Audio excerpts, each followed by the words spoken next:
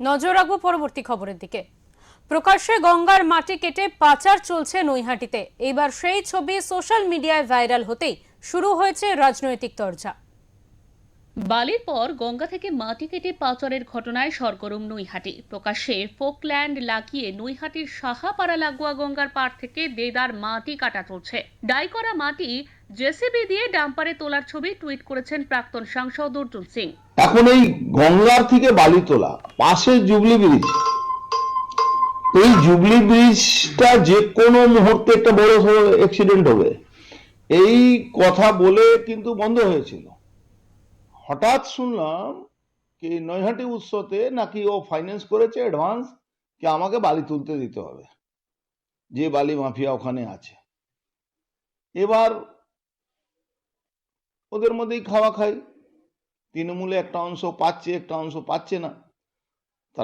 তারাই ছবিগুলো তুলে পাঠিয়েছে। তারপরে আমরা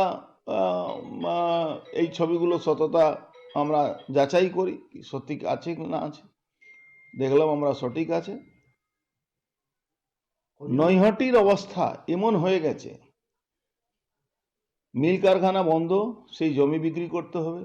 ঘটনার সামনে আসতেই বিধায়ক সনৎ দে পুলিশকে ফোন করে বেআইনি মাটি কাটা আটকাতে নির্দেশ দেন এবং সরঞ্জাম তুলে নিতে বলেন। একটা কুলাঙ্গার বারাকপুরের সাংসদ হয়েছিল।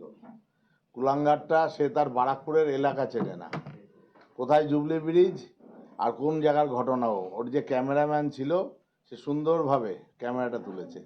কোথাও বালি উঠছে না, কোথাও মাটি উঠছে না।